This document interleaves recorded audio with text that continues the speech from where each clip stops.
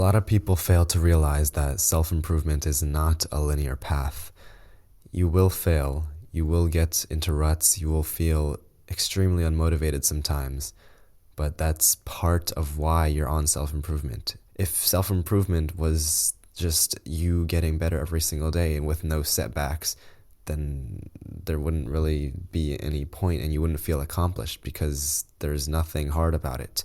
Imagine your self-improvement journey as you walking through a tunnel. And in this tunnel, there are different challenges that appear. Maybe some rocks will appear on the ground or some spider will jump out at you. But at the end of this tunnel, there is a light. And you can see that light when you first start self-improvement. And, you're going through this tunnel, you're going through the obstacles, but then you encounter some really, really hard challenge, maybe like, I don't know, some homeless guys stopping you or something, I don't know. And then I feel that people, when they encounter this massive challenge and go into a rut and think that they can't get past it, they just block out the light at the end of the tunnel and they just don't see their end goal and they just stop improving because they feel like, what's the point? And they might even start walking backwards through this tunnel to find something that they're familiar with, a comfort that they had before they were on this journey. And that's completely normal. If we translate this to your real life, maybe you've had some times in your life where you felt you were extremely productive, you were doing all your habits, sleeping well, you're doing all your homework on time, you were super productive, and then you just felt like you fell off and now you're struggling to do that. Everything just seems extremely difficult and you're unmotivated. This doesn't mean that you're going to be like this for the rest of your life. In fact, it's an integral part of your journey on becoming the best version of yourself. For me personally, the times where I've made the most progress in my life are after periods where I absolutely hated everything I was doing. I felt like my life was terrible, I hated it, so that was actually, in a way, motivation for me to get back on track. So if you're at this point where you absolutely hate your life, I'd say that it's a good thing. Embrace that. Feel everything through that. Feel that you want to become better. Feel how terrible your life is, how weird that sounds. Embrace it and allow yourself to vow that you're never going to be like this again. And that's what's helped me personally. That's when I've made the most significant progress. I went from 0 to 100 overnight.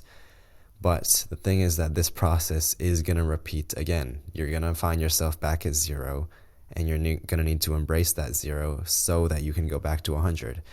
And the thing about it is that this new level 100 that you're at is actually higher than the level 100 you were at before. So every time you go through this process of hating your life so much that you change everything and overnight, you're actually at a higher version of yourself than you were the previous cycle you did. And you might not even notice or feel that you're better than before. But just the sheer process of repeating this cycle, you will inevitably get better. It's like when you repeat something multiple times, you're going to be better at it than you were before. You're going to be more familiar with it.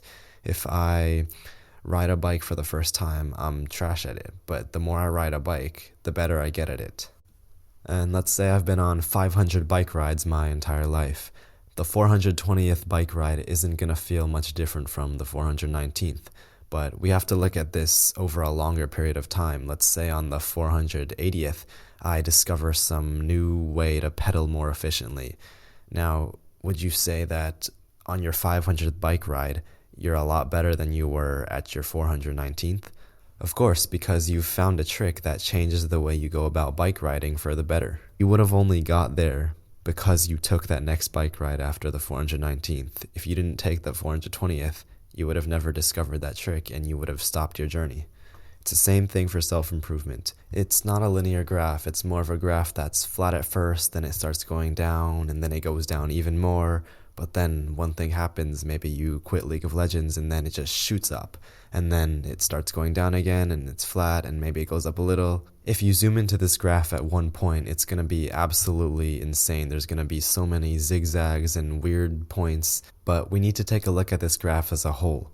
If you vow right now that you're going to improve yourself every single day for the rest of your life, This graph will progress upwards no matter what, no matter how many weird zigzags and ins and outs there are, as long as you remain confident that there is light at the end of this tunnel, and you don't let some random homeless man stop you, you will succeed. And that is what I wish for you. By the way, if you're interested in doing personal coaching with me, click the top link in the description.